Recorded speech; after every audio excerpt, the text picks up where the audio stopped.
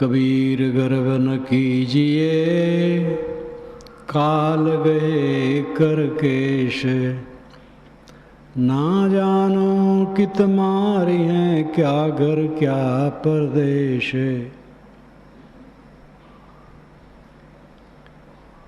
कबीर साहब कहते हैं कि अहंकार न करो, तुम्हारी चोटी को काल ने पकड़ रखा है। घर में हो, परदेश में हो, टाइम खत्म हुआ, सांस टूट जाएगी। इस बात से बहुत कम लोग वाकिफ रहते हैं। जानते तो सब हैं, लेकिन याद नहीं रखते हैं। हमारा अपना माना हुआ सब कुछ अंततः झूठा है। यह तत्व से समझने वाले और इस दशा में रहने वाले सब समय कम लोग हैं, बहुत कम लोग हैं।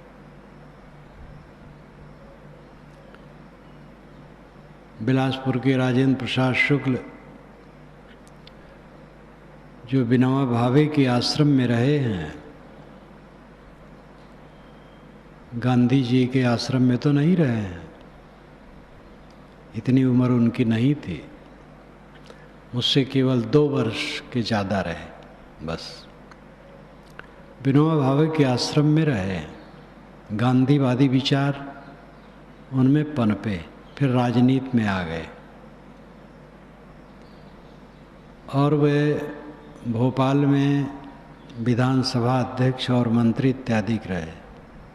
छत्तीसगढ़ अलग बना तो कांग्रेस में उठे ही प्रथम विधानसभा अध्यक्ष बने रायपुर के। मेरे कार्यक्रम उन्होंने बिलासपुर और रायपुर में 8 करवाए। ऐश्वर्यवान थे, लौकिक दृष्टि से भी। देहात में घर, लंबी खेती पाती, बड़ा लड़का जज, छोटा प्रोफेसर, और उनके लिए कुल झूठ हो गए। थोड़ा दिन हुआ, शरीर छूट गया। मुझे कोरबा से संदेश आया, उनका शरीर छूट गया। अंतिम में जब मिले थे, मेरा कार्यक्रम उन्होंने रायपुर में अपने निवास पर करवाया था अंतिम, जब वे विधानसभा अध्यक्ष थे। तभी उनको लग रहा था, ऐसी वाणी बोल रहे थे, शरीर तो छोड़ना है, ये कहाँ रहने वाला है। शरीर में रोग था उनके। रोग वोग तो होता है, बिना रोग के आदमी चटपट चला जाता है। उनका सब झूठा हो गया। जहाँ संपर्क रहता वहाँ की याद आती है और उसका उदाहरण दिया जाता है। ये घटनाएं रात दिन चारों तरफ है। सब कुछ सबका झूठा है, लेकिन वो खुद सच है। आप सच है, आपको जो कुछ मिला है वो झूठा है। झूठे में मन लगाकर पीड़ित हैं। अपने को संभालो।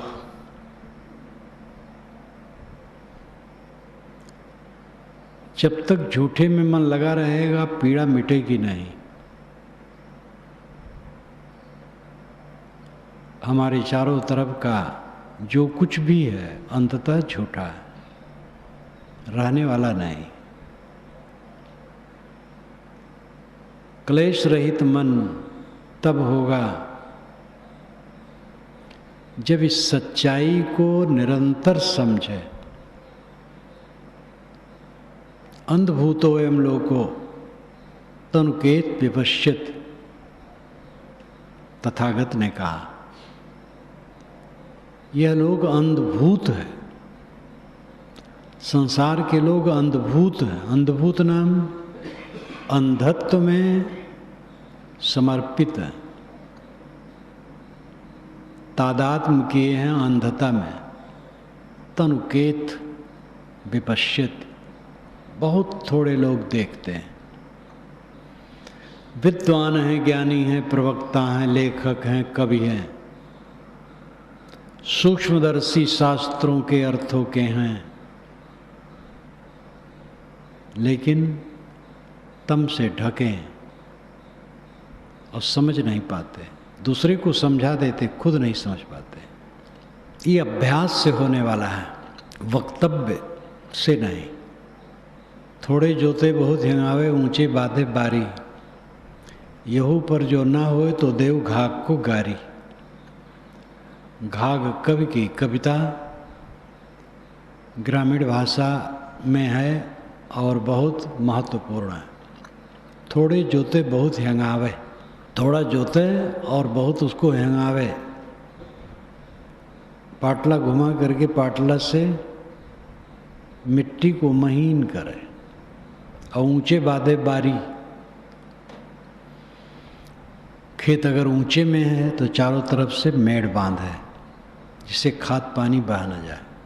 यहू पर जो ना हो देव घाग को गारी। अगर इतने पर फसल न हो तो घाग को गाली देना।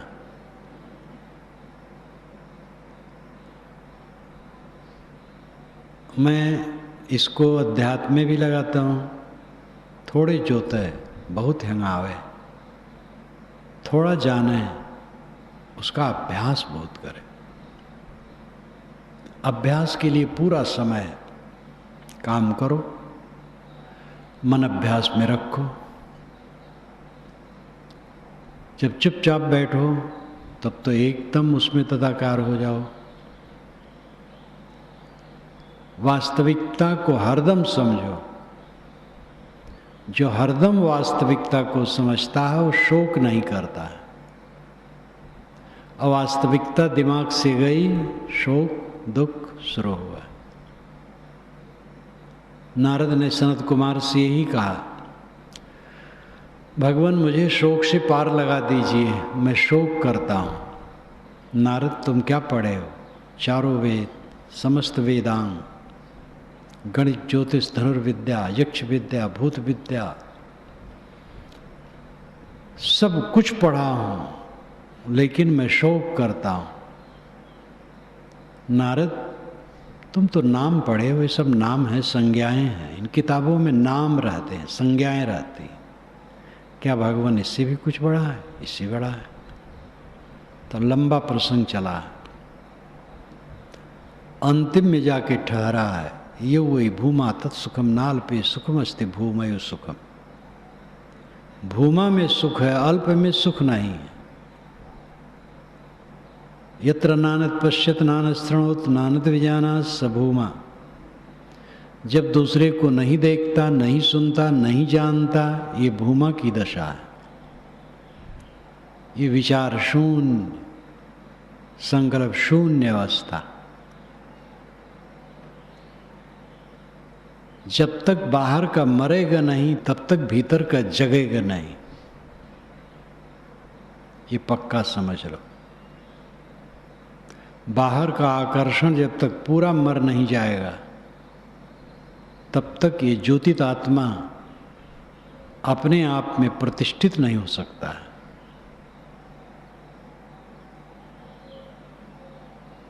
बाहर का राग भीतर प्रवेश होने में बैरियर है। कबीर गर्व न कीजिए इस जीवन की आस, टेसु फूला दिवस 10 खंखर भया पलास। साहब कहते गर्व न करो, ये जीवन की आशा रख करके गर्व न करो। टेसु फूलता है, पलास फूलता है 10 दिन के लिए, खंखर भया पलास, फिर सब झड़ जाते हैं। जितने यहाँ वृद्ध बैठे हैं सब जवान थे। रस भरी मादकता आँखों में, शरीर के त्वचा पर लावण्य और माधुर्य चमकते थे, आँखें बड़ी बड़ी कटोरा जैसा अब धंस गई, कीचड़ भर गया, चाम में झुर्रियाँ आ गईं, दांत खिटबिड़ हो गए, उखड़ गए, मुंह कुआं जैसा हो गया, हड्डी दिखने लगी, नसें मोटी मोटी निकल आईं, चाम के ऊपर उभर गई, सूखी खटाई की तरह शरीर हो गया। ये सब का होना है। पात झरनता देख के हंसती कूपलियाँ, हम चाली तुम चाली हो धीरी बापलियाँ। पतझड़ देख करके कोमल पत्ते हंसने लगे,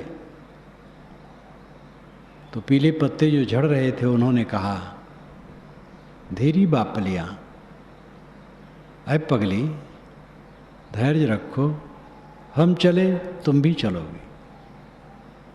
ये संसार की नियति यही है, झड़ जाना। तुलसी या धरा को प्रमाण यही, जो फरा सो झरा, जो बरा सो बुताना। बड़े बड़े ऐश्वर्य शून्य हो गए, जाके चलते रौंदे पड़ा धरती होत बेहाल। ते सावत घामे जरे पंडित करो विचार।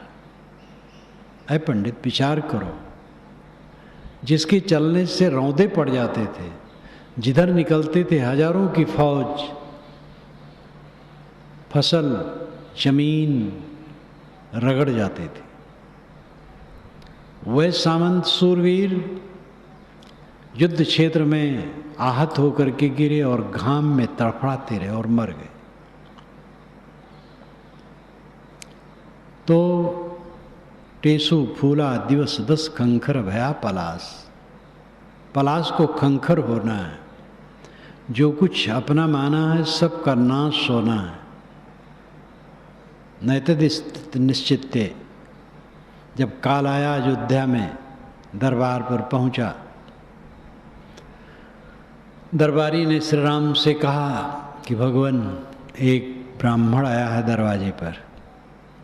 उन्होंने समझ लिया काल आया है ब्राह्मण के रूप में। तब उन्होंने कहा, नैतद स्थित निश्चित्ते न एतद अस्ति इति। निश्चित निश्चित समझ लो, ये सब कुछ नहीं रहेगा। कवियों ने, ज्ञानियों ने ये सब उभारा है संसार की परिवर्तनशीलता को लोगों के सामने रखने के लिए। एक ने एक से पूछा, महाभारत और रामायण और 18 पुराण क्यों बने? उन्होंने कहा, यदुवंश, रघुवंश, कुरुवंश, पुरुवंश, ये सब वंशों के केवल नाम शेष हैं और कहीं कुछ नहीं। इस बात को बताने के लिए कि तुम किसमें भूलते हो, क्या प्रमाद करते हो। टेसु फूला दिवस 10 खंखर भया पलास। कबीर गर्व न कीजिए ऊंचा देखी आवास।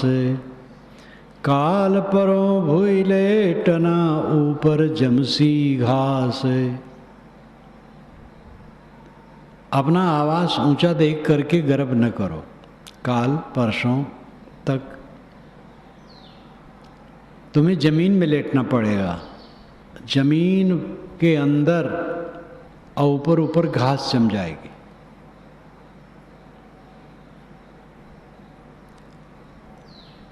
शहीदों के मज़ारों पर लगेंगे हर वर्ष मेले। वतन पे मरने वालों का यही बाकी निशा होगा। इस गीत को हम लोग खूब गाते थे आज़ादी के पूर्व। जब धरपकड़ होती थी तब तो भूमिगत हो जाते थे, नहीं गाते थे। खद्दर का छोटा सा टुकड़ा कहीं मिल जाए तो पुलिस वहाँ जांच में आ जाती थी, लेकिन जब ऐसी स्थिति नहीं रहती थी तब गाया जाता था, शहीदों के मज़ारों पर लगेंगे हर वर्ष मेले, वतन पे मरने वालों का ही बाकी निशा होगा। जो भारत की आज़ादी के लिए अपने प्राण का उत्सर्ग करने वाले हैं, कुर्बानी देने वाले हैं, उन शहीदों के मज़ारों पर हर वर्ष मेले लगेंगे, ये कब की कल्पना थी। मेले नहीं लगते। चंद्रशेखर इसी इलाहाबाद में मारे गए, तिथि आने पर थोड़ा सा टोटका कर लिया जाता है, मेला नहीं लगता। कौन रोने वाला है इन शहीदों के लिए? आदमी तो अपने में डूबा है। बड़े बड़े चक्रवर्ती बादशाहों के कब्रों पर घास उगी रहती है, झाड़ उगा रहता है। इसलिए महाकाव्य और पुराण बने, पढ़ो, अहंकार छोड़ो, किसी को कुछ रहने वाला नहीं। कबीर गर्भ न कीजिए, चाम लपेटी हाड़े, है बर ऊपर छत्र तट तो भी देवें गाड़े। साहब कहते गर्व न करो। इस ढांचे का गर्भ, हाड़ के ऊपर चाम लपेटा, एक धोखे की टट्टी शरीर, इस टट्टी में टट्टी भरी है, गंदगी का आकर, टट्टी पेशाब निर्मित होने का कारखाना। इसको देख करके गर्व न करो। हैबर ऊपर छत्र तट तो भी देवें गाड़। है नाम घोड़ा, बर नाम श्रेष्ठ। बुलंद घोड़े पर बैठ करके जो चलते थे और बैठते थे तो छत्र तट, उसके ऊपर छत्र लगा रहता था बादशाहत का, तो भी देवें गाड़। शरीर के न रहने पर क्या दशा हो? गुरु, पीर, बादशाह, माता पिता, पत्नी, भाई, बच्चे, मित्र तब तक हैं जब तक शरीर में जीव है। जब वो निकला तो मिट्टी। सभी लोग कहते भैया मिट्टी पड़ी है, अब इसका क्रियाक्रम कर देना है, रोने गाने से क्या हो? मिट्टी पड़ी। कोई नहीं कहता पिताजी लेटे, गुरुजी लेटे, पुत्र लेटा, कोई नहीं कहता। प्रियतम आत्मा है, उसी के नाते सारी वस्तुएं प्रिय हैं। इसलिए आत्मा को प्रियतम बनाओ, ऐसी शक्ति प्राप्त करो कि मन पूरा निर्मल रहे, किसी के लिए द्वेष नहीं, घृणा नहीं, ईर्ष्या नहीं, दुर्व्यवहार नहीं, विषयासक्ति नहीं, चित्त पूरा निर्मल और सरल। और एकाग्रता की शक्ति बढ़ाओ। बैठो, चित्त को एकाग्र कर लो। फिर संकल्प शून्यता की शक्ति बढ़ाओ। एकाग्र ही न करो, संकल्प शून्य कर दो। मन को इशारा करो, चुप हो जाओ, और चुप हो जाए। ये शक्ति जब आ जाती है तब साधक उच्चतम स्थिति में पहुंचा हुआ माना जाता है। ये शक्ति दुर्लभ नहीं है, सुलभ है। डट जाओ उस पर। विषयों से पूर्ण विरक्ति होनी चाहिए, किसी प्रकार की कामना न होनी चाहिए। कृतार्थ का अर्थ क्या है? कृत अर्थ, अर्थ कृत हो गया, प्रयोजन पूरा हो गया। घोड़ा बेच करके सोना, यही है कृतार्थ होना, कृत अर्थ होना। अर्थ नाम प्रयोजन, कृत नाम पूरा, प्रयोजन पूरा हो गया। पुरुषार्थ शून्यानाम गुणानाम प्रत्पर्शव कैवल्यम स्वरूप प्रतिष्ठा व चित्त शक्ति। पतंजलि महाराज के योग दर्शन का ये अंतिम सूत्र है, यहीं समाप्त हो जाता है शास्त्र। पुरुषार्थ शून्यानाम गुणानाम प्रत्पर्शव कैवल्यम। पुरुषार्थ के शून्य होने पर गुणों का प्रतिप्रसव हो जाता है और कैवल्य हो जाता है। पुरुषार्थ शून्य हो गया, पुरुष का अर्थ पूरा हो गया, आत्मतृप्त, आत्मसंतुष्ट। तब गुणानाम प्रतिप्रसव, गुण का प्रतिप्रसव हो गया। अब गुण प्रसव नहीं करेगा, जन्म नहीं देगा, किंतु प्रतिप्रसव हो जाएगा। गुण प्रकृति में लीन हो जाएगा, उसके लिए प्रकृति लौट जाती है, छेड़ती नहीं। स्वरूप प्रतिष्ठा व चित्त शक्ति, वह अथवा इसको स्वरूप प्रतिष्ठा कह सकते हैं, स्वरूप में स्थित हो गया, या चित्त शक्ति, चेतन शक्ति मात्र रह गया।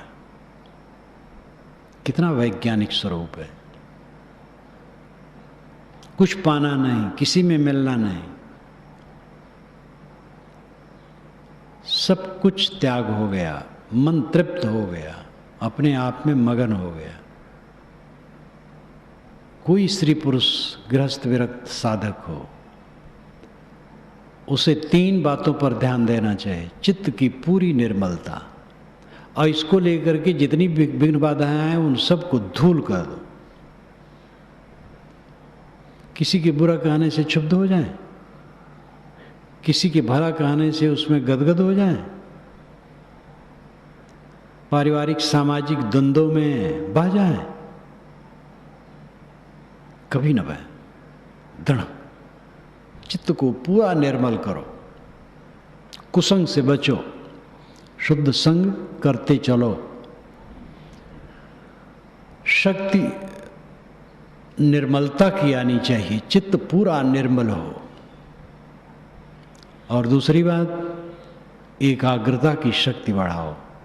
किसी आधार बिंदु पर चित्त को ठहराने का अभ्यास करो रोज। कोई आधार बिंदु जो आपको प्रिय हो, किसी संत पुरुष के चित्र में, महापुरुष के चित्र में चित्त एकाग्र कर सकते हो। बंद आंखों में दिखते हुए अंधकार प्रकाश में चित्त एकाग्र कर सकते हो। सांस पर एकाग्र कर सकते हो, बिंदु पर कर सकते हो। जहाँ मन का है एकाग्र करने की शक्ति बढ़ाओ। और अंततः कुछ न सोचने की शक्ति बढ़ाओ। लेट जाओ बिस्तर पर सोने के लिए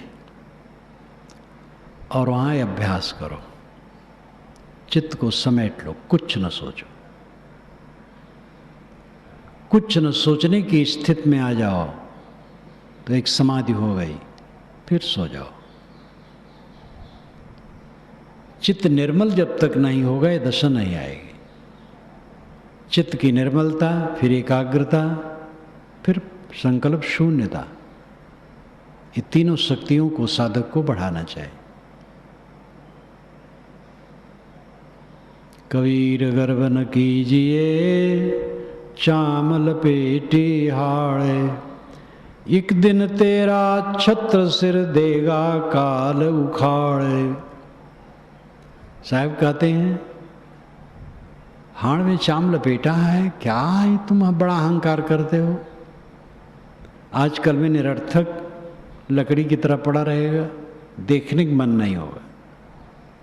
लोग मर जाते हैं तो देखने आते हैं, कुछ लोग प्रेम से भी आते हैं, मोह से भी आते हैं, कुछ लोग सभ्यता से आते हैं। मुंह ढका रहता है तो लोग खोल देते हैं देखने के लिए। मुझे बचपन की याद है, गांव के एक वृद्ध और बड़े भी थे, सब बातों में बड़े थे। जब उनका शरीर छूटा है तो यही हुआ कि स्तंभ टूट गया। बल्कि जहाँ तक स्मृति है मुझे, मेरी उम्र 8-9 की होगी, लोगों के साथ दूसरे गांव गया था। वहाँ से लौटा था, इधर से एक व्यक्ति जा रहा था, उसने कहा अयोध्या सिंह का शरीर छूट गया।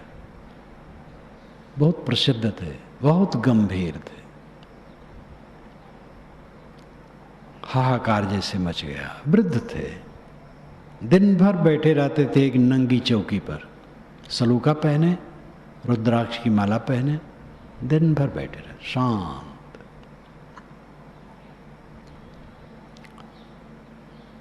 तो हम लोग भी गए, चेहरा ढके थे, देखने आए तो चेहरा थोड़ा कपड़ा हटा दी।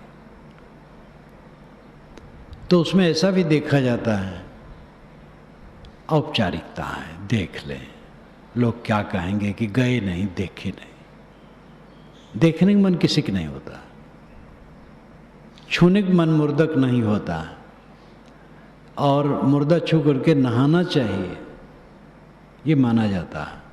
ये देह है जिसका गर्व है। एक दिन तेरा छत्र सिर देगा काल उखाड़। सिर के ऊपर जो छत्र लगा है, आय राजा बादशाह, काल उखाड़ देगा। अथवा सर छत्र है सामान्य व्यक्ति का, सबका सर छत्र है और सबका सर उखड़ जाएगा, किसी का रहने वाला नहीं। इस संसार की दयनीय दशा को देखना चाहिए, शरीर की दयनीय दशा को देखना चाहिए। सब कुछ की क्षणभंगुरता को निरंतर देखने वाला पाप नहीं करता है। राजनेताओं तक में ऐसे लोग हैं जो पाप नहीं करते, बहुत त्याग से रहने वाले हैं, आज भी हैं, शून्य नहीं हुआ है, आगे भी रहेंगे, मात्रा घटती बढ़ती रहती।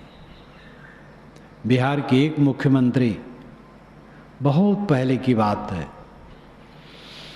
उनके यहाँ जब विवाह था उनके घर पर, तो उनको इतनी कहाँ फुर्सत थी कि वे बहुत दिन से घर में बैठे रहे। विवाह के एक दिन पहले जब आए पटना से, मुख्य सड़क से उनके गांव की तरफ जो सड़क थी कच्ची, तो उस पर मोरमी पटी थी, बांस लगे थे जगह जगह, वायर लपेटा था। चुप रहे, दरवाजे पर पहुंचे, ये सड़क किस पैसे से पटी है, ये वायर कैसे लगाया गया है, किस पैसे से लगाया गया। बिगड़ गए कि सब बांस उखाड़ो, सब वायर समेटो, जहां तहां पहुंचाओ। सड़क में मिट्टी पटी, इसको तो खुद फेंकने नहीं कहूंगा। गैस के प्रकाश में विवाह होगा, आम पब्लिक जैसे रहती हम नहीं रह सकते। ये मुख्यमंत्री थे, नायक उनका सरनेम था। कैसे कैसे पुरुष होते हैं, आज भी ऐसे हैं। कहीं भी हो, जो वास्तविकता को देखेगा वो निष्पाप रह सकेगा, अधिक से अधिक निष्पाप रह सकेगा। अपने को निष्पाप करो, निर्मल करो, एकाग्रता लाओ, इस बात पर ध्यान दो, विश्वास करो, संकल्प शून्य होता है। अभ्यस्त साधक, अनुभवी साधक ध्यान में तो हो ही जाता है, ऐसे ही सहज बैठता है, मन को ऑर्डर देता है, चुप हो जाओ, चुप, शांत, कुछ नहीं सोचना, और बहुत समय तक वो शांत रहता है। ये शक्ति अपनाओ, प्रैक्टिस करो, देखो, कुछ समय के लिए आ जाएगा, तब वानगी मिल जाएगी, तब रस लग जाएगा, तब विश्वास होगा कि और कर सकते हैं। इस प्रकार अपने मन पर जो कब्जा कर लेता है वो महा आनंद को प्राप्त करता है।